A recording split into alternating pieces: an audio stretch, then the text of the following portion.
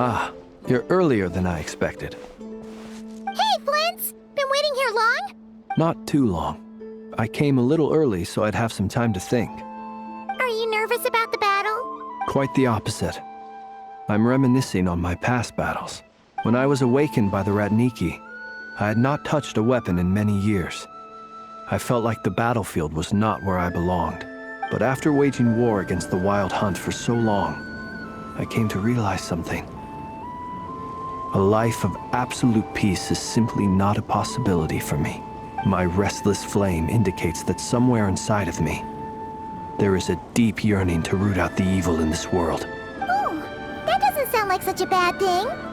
Well, in the past, when I was a Fae whose primary concern was hibernation, it was hardly ideal. But it certainly serves me well here in the present. And I am delighted to be able to join forces with you in this endeavor. Looks like I'm not the first to arrive. Ah, Miss Lauma. Did you sleep okay last night? I struggled to settle down at first, because of the nerves. But don't worry. I got enough sleep in the end. I'll be just fine. Please, I'm just doing my part. Never! Over here! Aino asked me to relay a message. She said Anefa will be on high alert and keep a close watch over all secondary districts where defense is required, providing support as necessary. Meanwhile, Aino herself will provide range support to us directly, using her latest invention. Excellent. My thanks to all involved. The chest set's looking a little unstable. It won't hold him much longer. We should be prepared to engage at a moment's notice. No sense sitting around waiting. Let's make the first move while we still have the option. I agree. Paimon, find a safe hiding place. Got it! Be careful, Traveler! I will.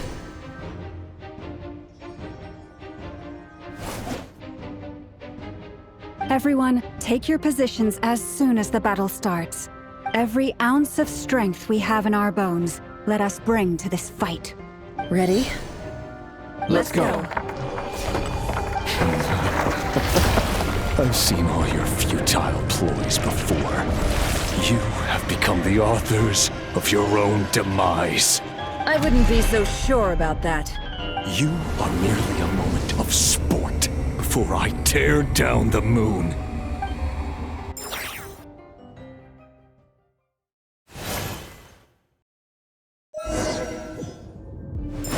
Stay on your toes. The moonlight, move!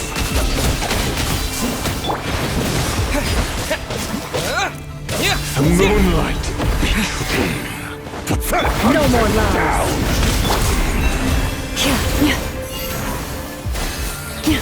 move! Can't hide the truth. The moonlight betrays you. Seek within. By the frostman of old. Let me help you guys. Big Fist!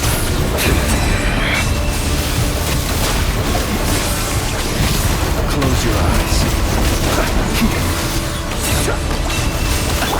No more lies. Can't hide the truth. Move! The moonlight betrays you. Move! No more lies. The mystery unravels. With one heart, The moonlight betrays you. It all adds up. No more. Hunt him down! Be silent. Observe. Pathetic! Night falls. Move! It all adds up. No more. The moonlight betrays you. It all adds up. for the everlasting forest. The deception ends here. Can't I Began with the moon, and so shall it end. The moon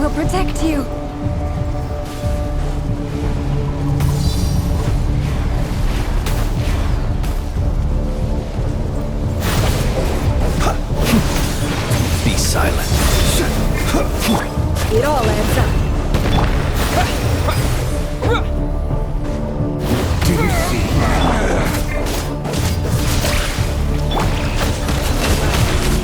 Can't hide the truth. From here, when will it be as you foretold?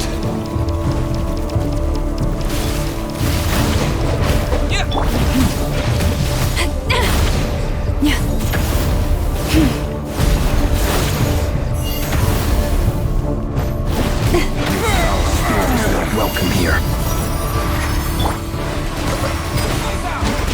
The mystery unravels. No more lies. The long sleep beckons. Are you quite finished?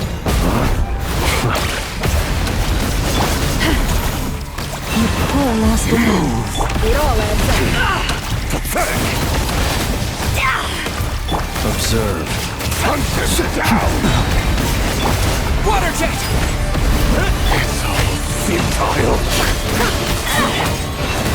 For the everlasting forest. The moonlight Within. betrays you. Shameless.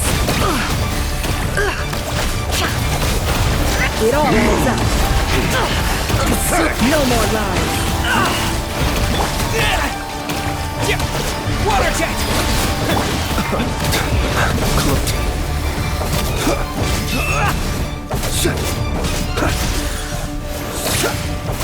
Can't hide the truth. I am being tested. The moonlight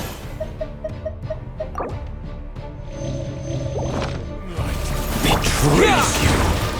It all adds up. Can't hide the truth. Moonlight betrays you. The deception ends here. Observe. Close your eyes. Night falls. It's all futile. Keep your distance. Water jet! By the frostman of old. Pathetic.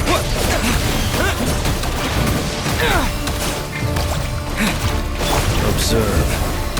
Steady now. Futile.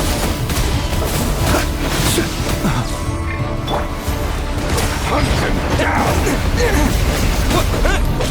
Beware the creatures of the night. Your little moonlight heroics is over. Who wants to go first?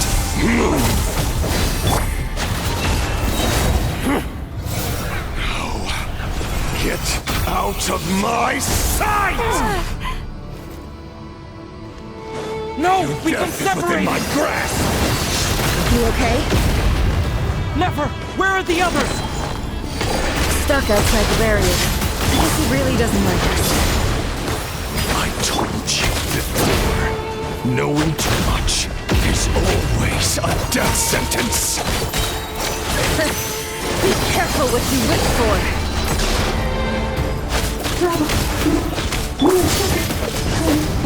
Lama!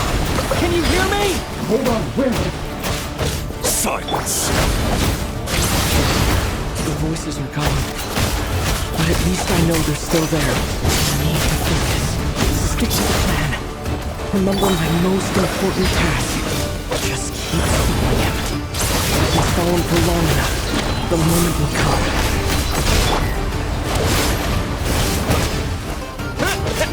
Can't hide the truth. No more lies.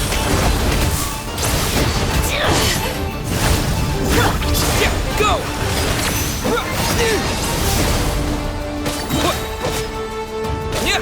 The mystery unravels. Bombs away!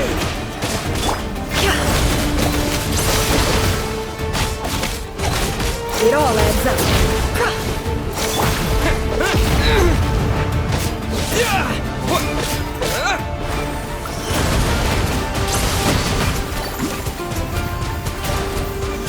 Water jet! Seek within. Wipe out! No more lies. Can't hide the truth.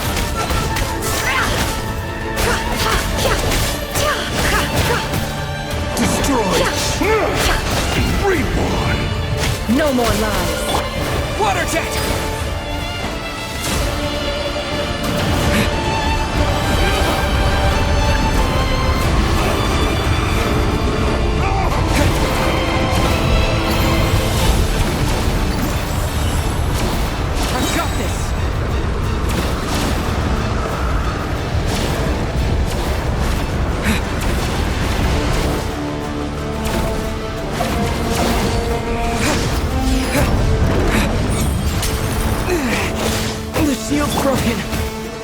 Keep this up! Don't push your luck. Your death is within my grasp!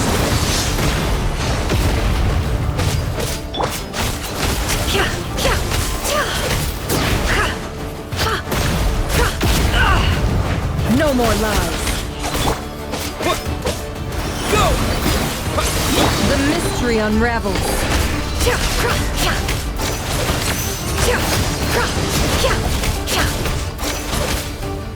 Bombs away! It all adds up.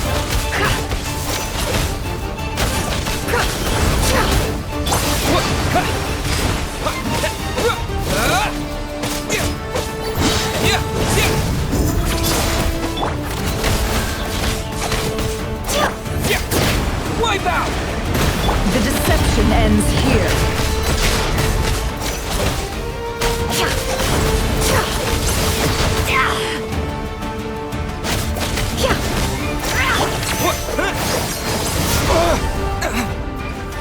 Water jet!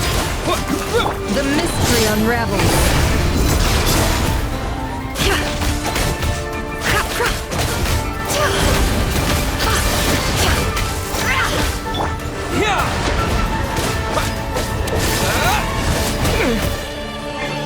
Water jet!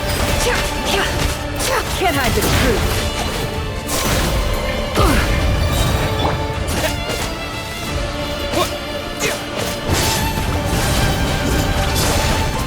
Go! Bombs away! Seek within.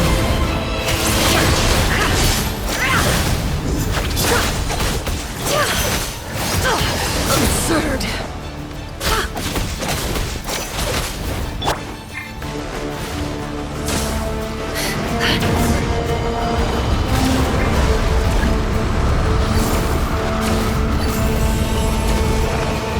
Curses. There's no other way.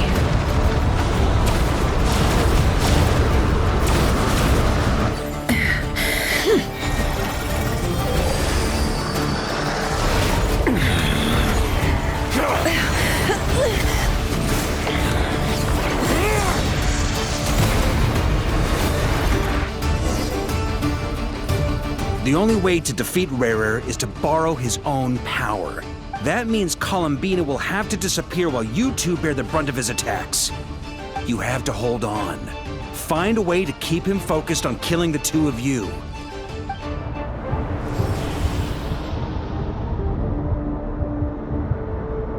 Never! Your eyes are bleeding!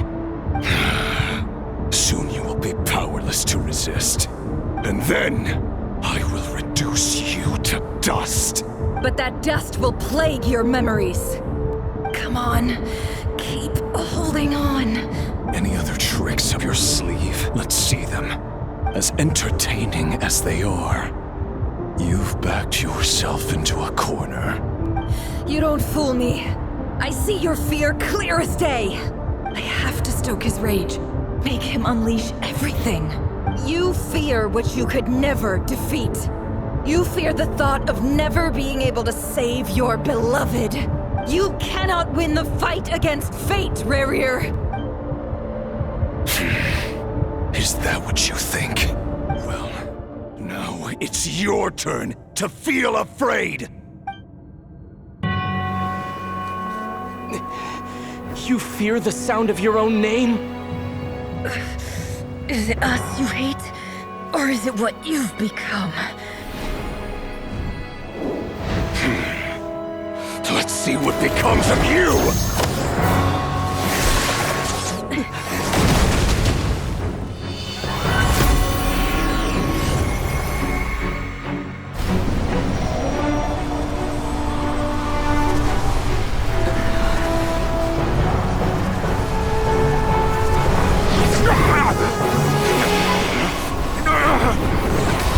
What's happening? That power.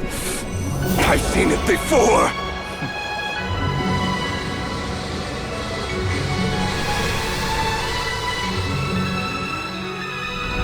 His power is on another level.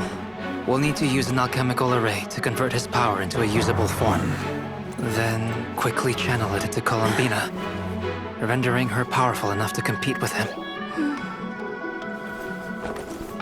I'll join you. I can help. If I release enough abyssal energy into a confined space, it'll create a potential difference, allowing us to extract a huge amount of elemental energy. Next, I'll synchronize with everyone's minds using pyro, then give you temporary access to their abilities and fields of view. But it won't last long. Can you see? Well enough. So, we have a student of Gold Rhine-Daughter in our midst. How about that?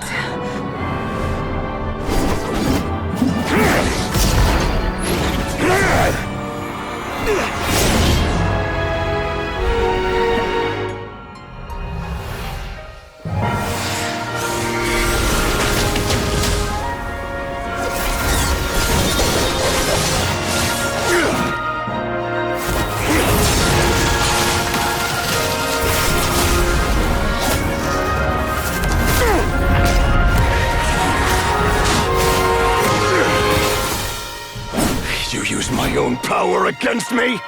Just like how you stole Kuvaki. Look familiar?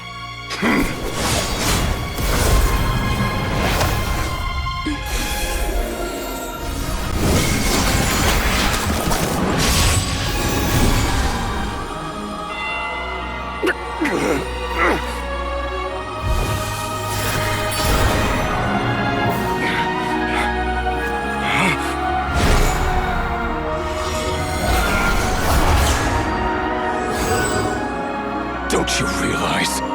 You don't have the power to hold that gate open! I don't, but someone else does.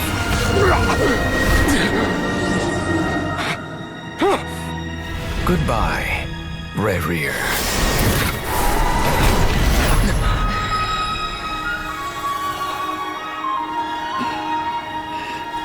We won.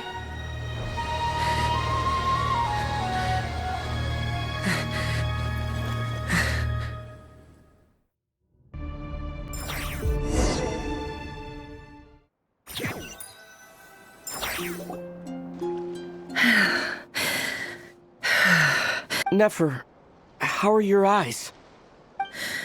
They're fine. Apart from the blindness, of course. It's not too late. Let me handle it.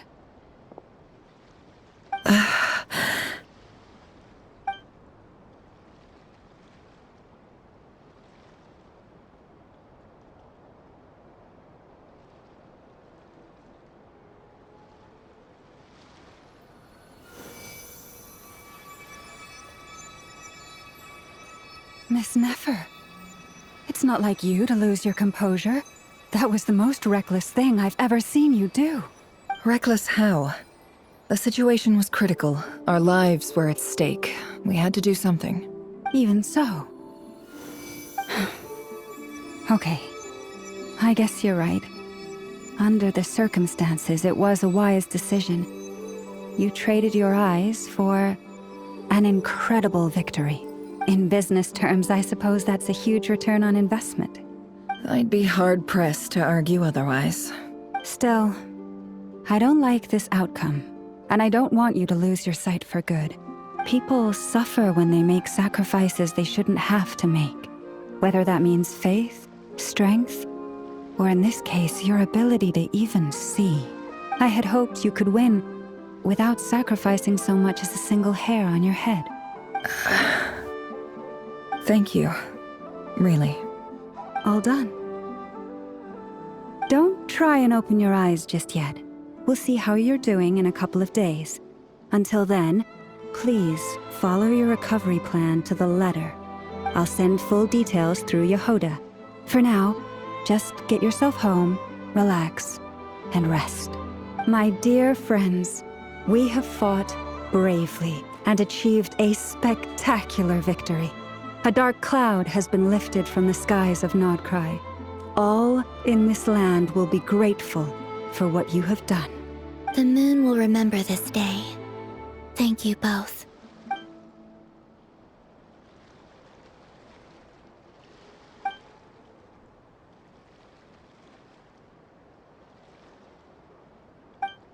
There's something I want to let you know. What is it? When Durin connected everyone's minds so I could access their powers, I also felt everything they felt. And since Nefer's eyes were injured, my eyes are hurting now too. Hold on. Let me try. I only feel the pain. There's no actual damage. I just thought I should tell you. You're right. There's no damage. That's a relief. But I must say, I'm surprised to hear the Kutar share something like this with me. In the past, you never used to open up about yourself. Things are a little different now from how they were. I'm learning to share how I truly feel with my friends. Friends. You have no idea how glad I am to hear that.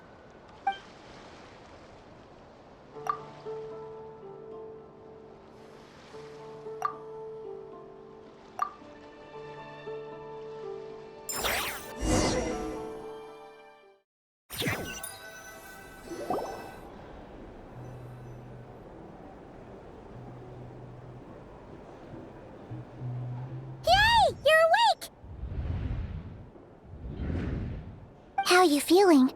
Any aches and pains? Did you sleep well? I'm doing all right, Paimon. No need to worry about me. Phew! Well, that's good. Paimon's been sitting on the edge of the bed worrying about you for ages. You slept a whole day and night. Poor Paimon had to eat all by her lonesome. Glad to hear you didn't starve. How was the food? Well, it wasn't the same without you there to share it. Honestly, Paimon just can't relax when you're not your usual self. She couldn't enjoy the food and settle down to sleep. Well, I'm back to normal now. Oh yeah, and Albedo swung by earlier. He said to tell you to head to the tavern when you woke up. Varker and the others are organizing a victory feast and they want to celebrate with you. He also dropped off some medical supplies, but you seem fit as a fiddle, so guess you won't be needing those. If you're feeling up to it, let's head over now. Wouldn't want to keep them waiting.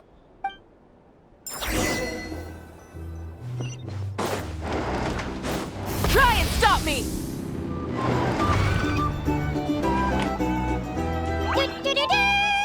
We're here! Oh, Traveler and Paimon! Perfect timing! We were literally just saying how there's no way we're holding this victory feast without you any longer, and we would have postponed it till tomorrow. How are you feeling today? Much better. Thanks. Don't worry about me. Relieved to hear it. If that changes, just let me know. Happy to check you over at any time. Yep, we're here for you. Anything you need, just let us know. Oh wait, where's Nefer? How are her eyes doing? Nefer's right over there. I'm sure she'd love to catch up with you.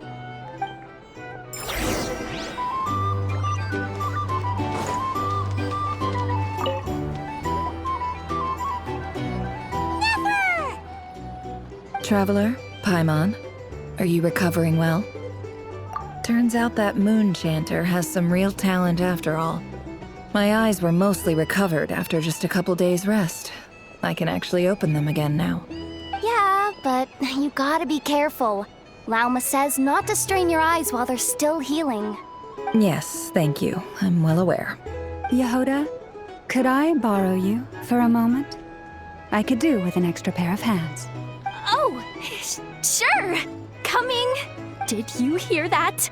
I gotta go help Lauma for a second. You guys chat among yourselves. I'll grab us some drinks on the way back.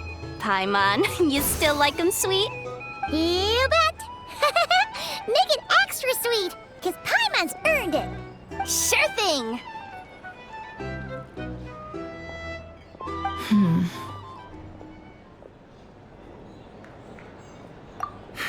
The Raker of Solnari. Kind of a snake, don't you think? No, definitely a snake. A poisonous one who spewed his venomous hatred everywhere. Anyone who seeks revenge out of hatred for other people has become a snake. That's something my dad used to say. Perhaps. I'm sure it sounds like a very wise and open-hearted perspective to your ears. But me? I think hatred is a perfectly justifiable emotion. What else is left when everything you depended on in life gets stripped away? Something's gotta fuel that drive to keep on living. If you're worried about me, you can nip that in the bud. I'm not someone who gets stuck in the past. It's just... I suddenly feel like I was wrong to call my father a liar. He was just a fool. That's why the academia turned their back on him, and why the other tribes ganged up on him. Oh, Father. How much better things could have been if you were a skilled liar. Look at the Ibis King. Thoth is a fiendishly cunning liar. And yet, strangely, he feels more like a father to me than my real dad ever was. He's never brought it up, but I'd bet he feels the same way. Why else would he give me the power to perceive the truth, while at the same time training me in the art of deception? Well, King Deshret banished him to Aru, which is essentially a prison, and posed 3 questions to him. He promised that he'd have his freedom if he could find the answers. His response was to take on a physical form and approach me, hoping that I could become his envoy and search for one of the answers on his behalf. Did he really think I'd fall for that? He's stuck there. He can't make me return what he gave to me. So that's enough for you to decide he's nice, is it?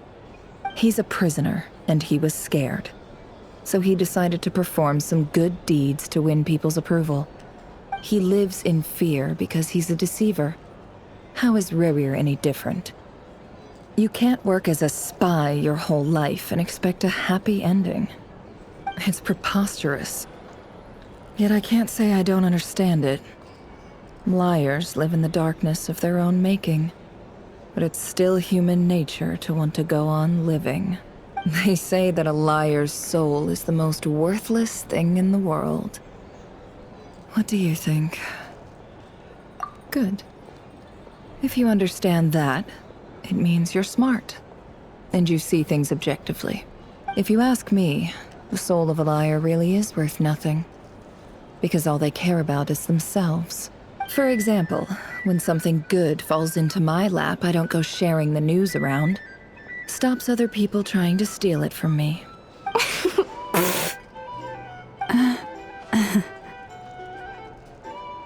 So be it. They have sharp ears. I can't keep anything from them. Wow, is that what it looks like? Well, you all know my past now, and I can't simply eliminate everyone who knows too much. So I guess I just have to put up with you. For the foreseeable future, at least.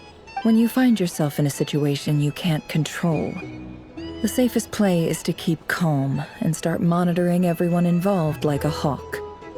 In the intelligence world, you need to have a sense of perspective and play your hand accordingly. If you understand what's at stake, please ensure my secret is safe with you. I trust you'll respect my wishes as a friend. But don't forget, I will also be watching you like a hawk. Very good. Oh, wait! Now that the panic's over and we've all calmed down, Paimon suddenly remembered something. After all that build-up, our mystery ally never showed up even once!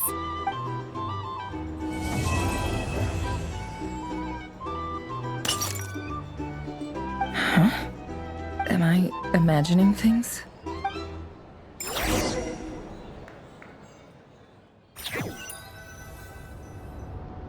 So, that close colleague who stayed behind with you? What's he been up to recently? Don't know, don't care. I get more normal human interaction from hanging out with Bosco too than him. Although, now you mention it, he hasn't bothered me in a while. I wonder if... If he's disappeared without a trace, it's the biggest gift he ever gave to the world. But I somehow doubt that's what's going on. He won't lie low forever, so we'd better stay on guard.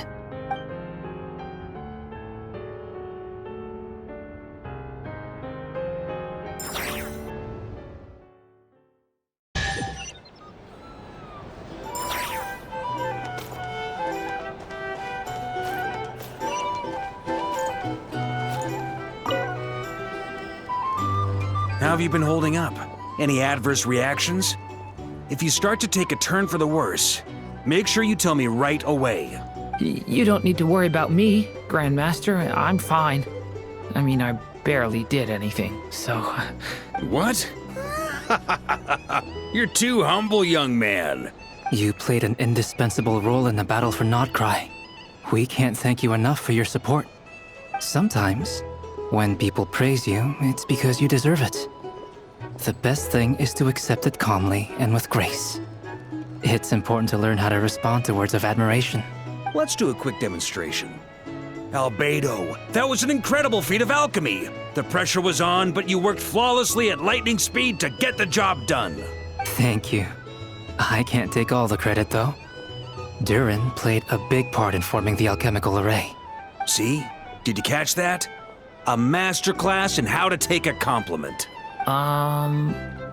Okay, yeah. I did work pretty hard to help prepare for the battle. No point denying that. Hey, you guys! Hey, look who's bounced back. Looking good, Traveler. Seems like you've recovered. You won't need to take any more medication. Can I get you a drink? Huh? You know how to order at a bar now? You've sure learned a lot recently. Handling a drinks order is ridiculously simple compared to alchemy. Don't worry, I'll blend into society yet. Paimon believes it. You're clearly a fast learner, just like your brother. To be totally honest, though, Paimon didn't quite follow all the details when you first explained the plan to us. Don't worry, that's completely understandable. Unless you're a student of alchemy, it's hard to grasp the principle and how the process works. To put it in the simplest terms, we saw how our enemy stole the power of Kuvaki. And that gave us the idea of stealing his power to turn it against him. When facing an enemy you have no hope of defeating, it's best not to engage them in battle. So, instead of looking for a way to overpower him, we decided to help Columbina get strong enough to at least stand up to him in a fight. For this to work, we had to analyze his modes of attack, confirm who his main target was, and make sure that he wouldn't go beyond the range of the alchemical array. For added security, we prepared a total of 4 arrays. But to mitigate the impact of the battle, we identified one location in particular as the ideal spot, which is where the confrontation took place. The alchemical array absorbed his abyssal power. Then Durin processed it to render it usable by Columbina. That power enabled her to do what would otherwise have been nigh on impossible. What surprised me was that Dainsleif actually agreed to join us.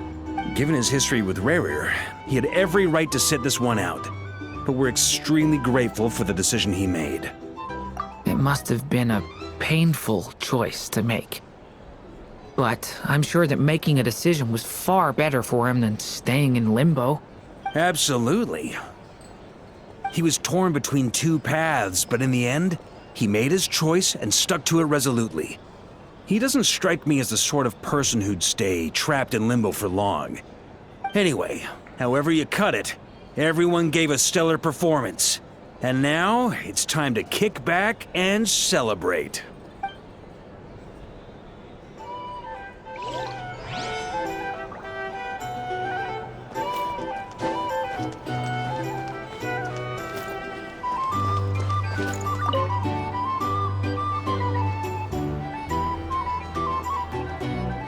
Ah, Lord Sangama Bay. How lovely to see you. I must thank you for the device you provided. It was an enormous help. Would I be right in thinking that it was developed by the Academia? Why come and ask me when you clearly know already? I mostly came to thank you. That's more like it. A little gratitude goes a long way with Lord Sangama Bay. Play your cards right, and you might even stand a chance of becoming my long-term supplier. The chance to work with such a kind and charitable investor as yourself would be a great honor for the Curatorium. Huh? Charitable? Who said anything about charity? First time hearing about it. Let's see. The first plot of land you purchased in Nodcry, your desert interests, and... Stop! What do you think you're doing? Exposing my investment history! It's nothing to hide from. They're all perfectly legitimate investments. And some of the land you purchased was with the intent of building a sanctuary? Yes, I heard about that too. How did you... You're a curious case, Lord Sangamabe. You don't like people finding out about your good deeds, do you? But I'm afraid no matter how hard you try to keep things under wraps, where there's a will, there's a way. You did it for Sumeru, didn't you? It was empty land that was gonna go to waste otherwise. I figured if I built something there, it might at least get some use in an emergency. Disasters are capricious things. They strike without any warning. I've lost family to a disaster before, and I don't want to lose any friends or business partners if I can help it. My elder sister used to dream of finding a sanctuary. Somewhere with plenty of food, water, and medicine. Where everyone could live happy lives. It was something I looked into, but after discussing things with the Dendro Archon, I decided on a more effective strategy. The tech people handled the tech, and Moneybags provided the Mora. It just made the most sense. It's a pity that so few people know the truth about you. Everyone says that you view everything in terms of Mora, and all you care about is growing your own wealth. So, what's the problem with that? Everyone wants to be rich. It's human nature. So yes, I love Mora, and it's nothing to be ashamed of. But surely you have dreams of your own beyond just making Mora. You don't get it, do you? My dream is to invest in other people's dreams. And, you know, make a nice little slice for myself along the way. Just thinking about it makes me happy. That sweet, sweet sound of Mora. Thank you. For the device? And the pendant. Oh, that. I was just returning a favor. Don't worry about it. Seems like we've both been away from home for a very long time. Yeah. So long that I barely remember what my family even looked like. That would be your mother, father, and sister? Yeah, though it's been years since my sister passed away. It's not like I want to forget them, obviously, but memory can be even more ruthless than the most calculating business person. Beyond a certain point, if something isn't helping you, it just gets rid of it. My sister can't help me now. Slowly but surely, her face is fading from my mind's eye. It's become a vague impression. Not everything will fade. When loved ones pass away, the beautiful memories are the ones that last the longest. Yeah, that's true. If you ask me, that's the one silver lining in all of it. Well, that, plus, I'm sure that life is much better now than it was back then. Oh, absolutely. I have tons of Mora, a big beautiful house, business is booming, and I'm as happy as can be. You've got a lot going for you too. Boss of the Curatorium of Secrets? I'm sure there's plenty of Mora to be made in that line of work.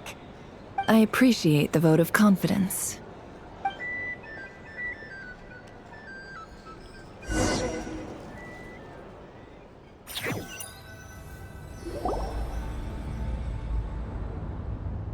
That's the only reason you're here. Yes. I've thought a lot about it. And I've realized that you, me, and Arlecchino should be friends. I think this is very important. So I felt I had to come and tell you. Well, this is a new one. I'm so moved. I can't even hold my teacup. If that's all, you can leave now. Do you not want to be friends with me? Or is it that you prefer being coworkers? What is this, Columbina? Are you deliberately testing my patience threshold? Right now, my politeness module is active. But if you say another word, I swear I'll shut it down. If your politeness module was active, wouldn't you say the word please at some point? Polonia, please see Lady Columbina to the door. Will you still invite me to your next tea party? What? Yes, I think you will. Bye-bye, dear Sandrone.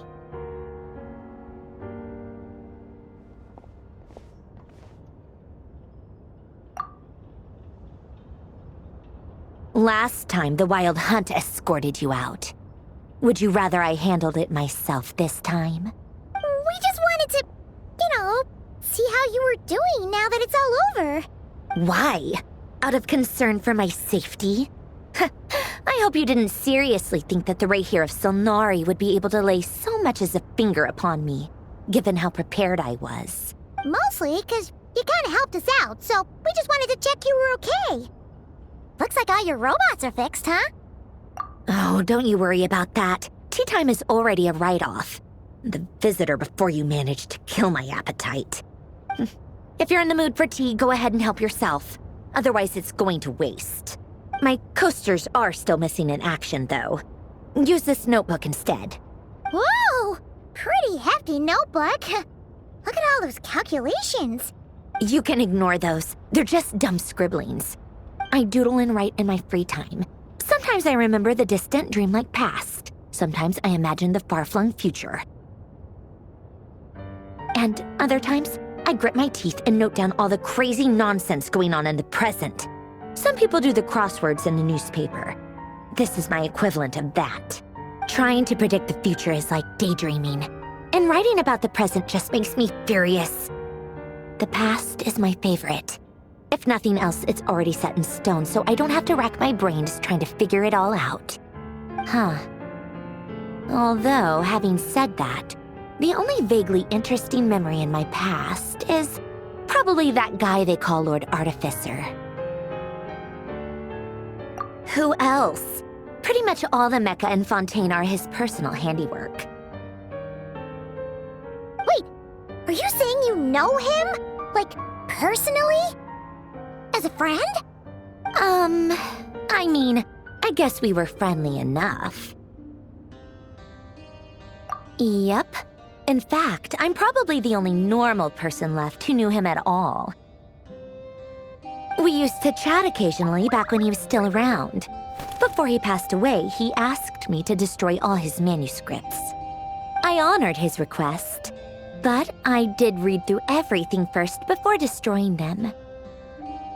I mean, I couldn't let the genius of Lord Artificer Alain Guillotin disappear like that. Would have been such a waste. So, that's where the formulas in your notebook are from? I just told you. Those are my equivalent of crossword puzzles. They're just dumb formulas that I solve for fun when I'm bored. Alain's work was like epic poetry. The formulas in my notebook are just silly little riddles in comparison. Not that there's anything bad about them. I mean, at least, solving those riddles isn't going to hurt anyone. Except me, because I lose a few brain cells in the process. Anyway, while we're on the topic, I might as well tell you about what happened to him and his friends. Alain Guillotin had two close buddies, Renee and Jacob. They spent their childhood years together in the Narzissenkreuz Institute. They were all quite competitive, so there was some rivalry between them, but it was a friendly rivalry. But beneath the friendship and the rivalry ran something deeper, a sense of nostalgia for the past. Unfortunately, childhood would end. The prophecy would come true, the apocalypse would arrive, and the future would never be.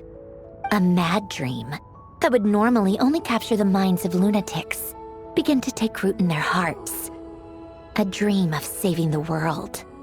And if Renee and Alain had been people of lesser wits, that dream would probably have ended up as something for them to joke about in their older years. But alas, they were some of the sharpest minds around. They nurtured that dream with the full power of their intellect, and it grew into something that ate away at their souls. The first of them to fall under its spell was Renee. Against Alain's wishes, he persisted in experimenting on a mutual friend of theirs to try and save their life. Alain did not approve and parted ways with Renee. It's complicated. Alain wanted to believe that Renee only did what he did for the sake of their friendship. But when he told me about what happened, I could tell he still had some suspicions about Renee's motives. Perhaps the seed that would grow into a nightmare had already sprouted in Renee's mind. Even then, the next time they met, Rene's soul had been completely engulfed by the dream of salvation. His futile attempt to change the tide of fate only resulted in a wave that swallowed up the world, even before the apocalypse came. And although that wave died down eventually, I hear that it just recently came back with a vengeance. As I understand, Rene wanted to live out his dream of salvation once more. But I'm told that the attempted resurgence finally died out for good. At long last, Rene awoke from his deluded dream. Though of course by then it was far too late. What do you think of Rene? Do you admire his transcendent genius? His view that any price was worth paying to achieve the lofty goal of saving the world? Or do you despise him? Dismiss him as an evil madman who wrought havoc on the lives of everyone around him as he pursued his delusional dream? Same difference, really. Just a matter of perspective. Doesn't surprise me. You share one thing in common, after all. You both want to be the savior. The only difference is, your dream came true, and his, well, he wasn't the one who made it come true. I don't like fanatics who give up their whole lives for their ideology. Nor do I like fools who let their delusions take control. Maybe I could understand if Rene had just been an ordinary person. But he had a sage-like intellect, and still managed to get himself lost in a labyrinth of his own desires. Anyway, that's enough about Rene. Now, moving on to Alain Guillotin, the Lord Artificer. He managed to put a stop to the first storm whipped up by Rene. But after that, Alain lost his friends and family. To his credit, I suppose, the loss of his family and friends was purely a tragic accident. It's not like Alain sacrificed them for his cause or anything. After that, the only thing supporting his work was the same dream that had dragged his closest friend down to the abyss. But although the desire to save Fontaine drove him to found the Fontaine Research Institute, Alain continued to reject any form of transcendental knowledge or power. He was suspicious and fearful of it, having seen the way it had affected his closest friend. I think that formulas and machines derived solely from human intellect were the only thing that gave him a sense of spiritual comfort. Yet Alain's intellect was simply too great. It barely left him space to breathe in his lifetime. Once he realized that the end of his life was approaching, he finally accepted the truth. The Nazissenkreuz Institute needed someone, and a human being, to see its story through to the end. He quit working on his formulas, trading them in for the fairy tales that had played such a formative role in his childhood, but which he barely touched in his adult life. He told me that the director of the Nazissenkreuz Institute used to read those fairy tales to the children as bedtime stories. Apparently, they worked wonders at sending kids off to sleep. I think that all he wanted at that time in his life was to be able to sleep deeply without being plagued by depression.